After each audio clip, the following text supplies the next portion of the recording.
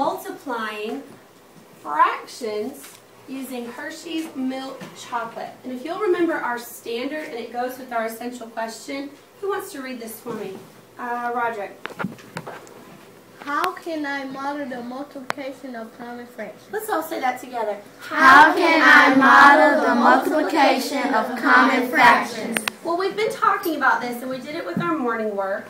We draw those nice little arrays, and we shade in the nice little array. But today we're going to try it a little different. We're going to model multiplying fractions using chocolate. I use the Hershey bar because it's a recognizable item, and just about every kid that I know loves chocolate. But the mathematical reason is because there are lots of factors of 12, and there are 12 pieces in the Hershey bar. And so it was a really good opportunity for me to use an item that allowed me to manipulate many times.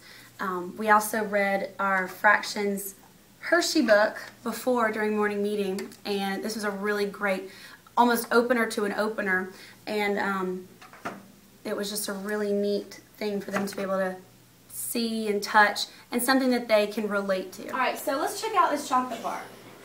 If I was going to take 1/3 times 1/4, what's that the same as saying, Adrian? 1/3 of 1. Say it, everybody. 1/3 of 1/4. Because if you'll remember, multiplying fractions is looking at Parts of parts. Say it. Parts of parts. Pieces of pieces. Pieces of pieces. Fractions of fractions. Fractions of fractions. That's all we're doing. And so, can we split this bar? Activating strategies are extremely important. They help the children use prior knowledge to continue a lesson, and it's one of the most important parts of a lesson, because that's when your engagement starts. That's when you really start to bring in their focus, and it's a great way to tie in a previous lesson to a new lesson, or previously learned skills to a brand new skill.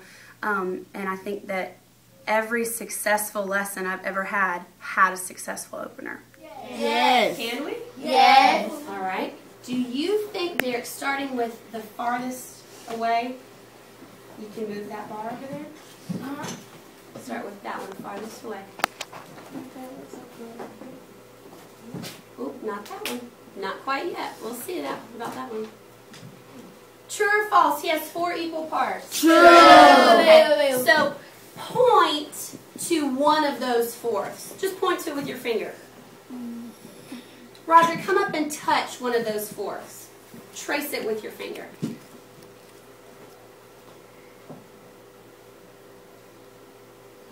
Very good. Now, can we break 1/4 of this bar into 3 equal parts? Yes. Doing the one that's closest to me, Maddie, can you come up and break that one into 3 equal parts? I bet you can. Count it for.